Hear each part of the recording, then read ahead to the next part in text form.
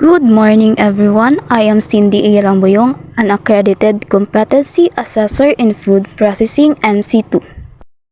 Acknowledge the presence of our cluster representative for our processing officer, Ms. Liza Villanueva, for our AC manager, Mr. Giancarlo Lamut, for our cluster representative, Ms. Bella Flor,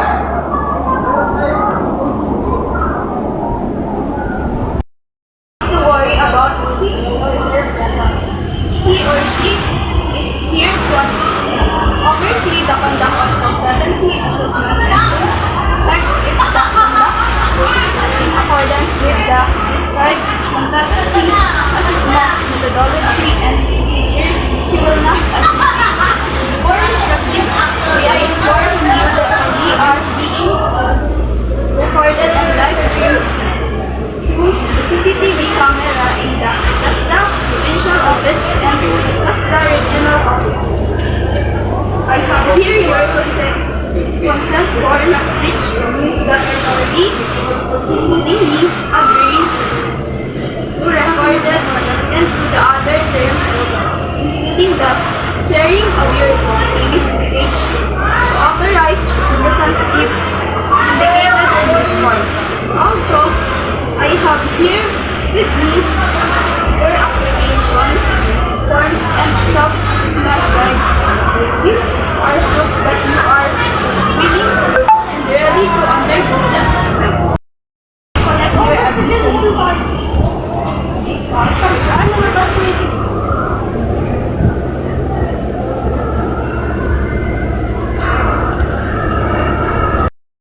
Your attendance is Sana.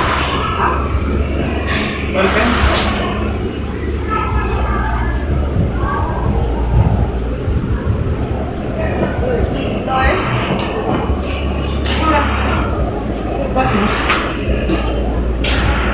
Yung patanog open.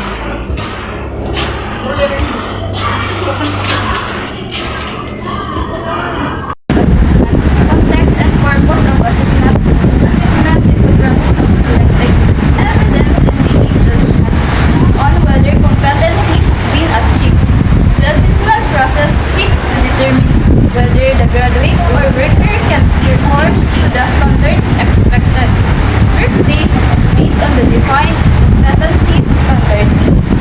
Qualification units of competency to be accessed. For core units, 1. Process foods by salting, curing, and smoking. 2. Process foods by fermentation and pickling. 3. Process food by sugar concentration. 4. Process food by drying and dehydration. 5. Process foods by thermal application. The task to be performed, time limits and evidence to be collected. Process foods by salting, curing, and smoking, 3 hours. Process foods and fermentation and pickling making, 3 hours. Process foods by sugar concentration making, 2.5 hours.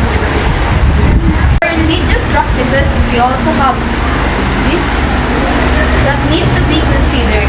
If there are any religious practicing observed by your religion, just tell me so that I can allow you to observe whatever you are required to do by your respective religion. For example, if you need to pray at a specific time, this day, tell me and I will allow you. Medication.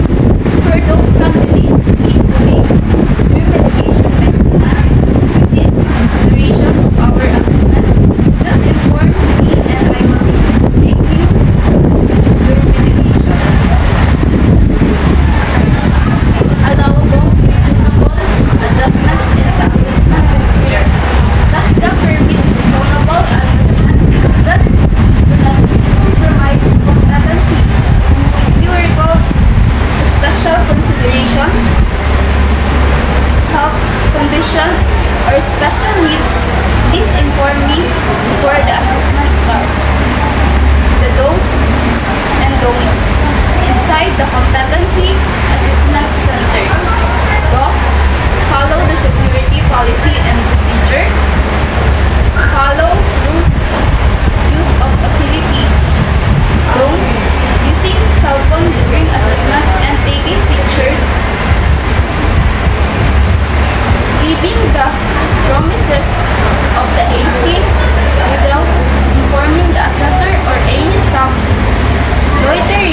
the premise, the rights and appeal system. Inform the candidate that in the event she is not satisfied the result, the assessment she can appeal in writing address to the AC manager immediately of the assessment. Issuance and validity, the NC or COC instructions for e-certificate system starting from August 28, 2026. They will be running parallel implementation. This means that you have the option to either receive your traditional paper-based national certificate NC or OPT for the newly introduced e-certificate if you achieve a competent result in your assessment and choose the e-certificate. Your national certificate will be sent to you provided email address within 1 day after the assessment.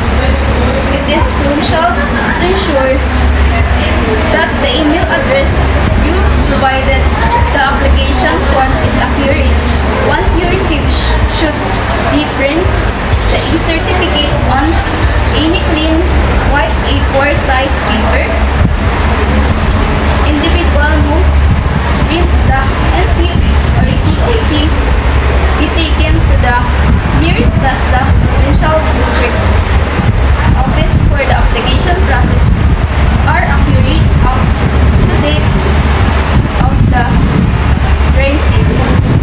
The PO CAC vocal will be responsible for verifying the authenticity of the NC or COC before affixing the dry seal. A service that will providing proof starting from January 2027, paper-based national certificate will no longer be available. As a final reminder, please ensure that the email address and name provided during the application process are accurate and up to date.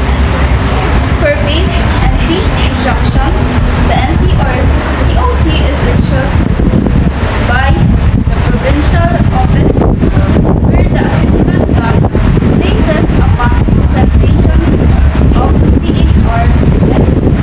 It has a validity period 5 years. You may claim your NC or COC 3 working days. Read the following upon claim. CARC picture, passport size, white background with color and white name tag. Give emphasis on this to avoid complaining when she or he claims her NC or COC in the provincial office. Notes on pictures. Notes on pictures.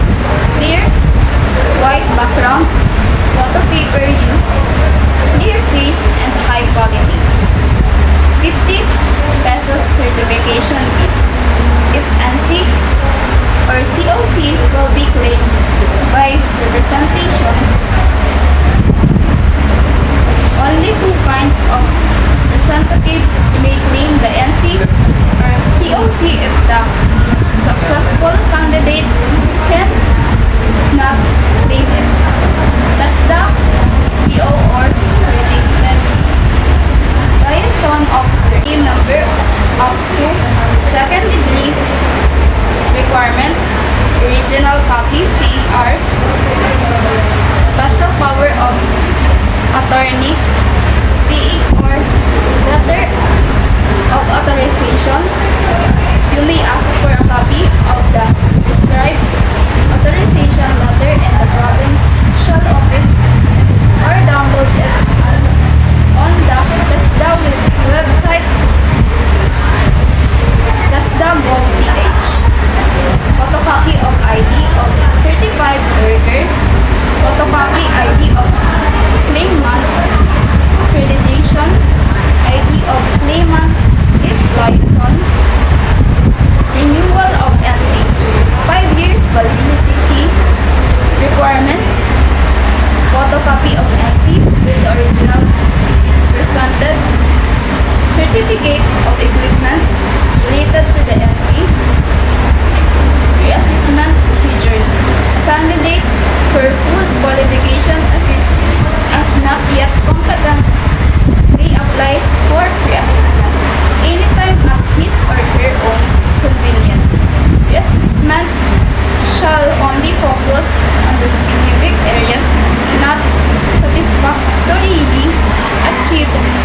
where the candidate shall pay the full assessment fee promulgated by the TASDA board taking.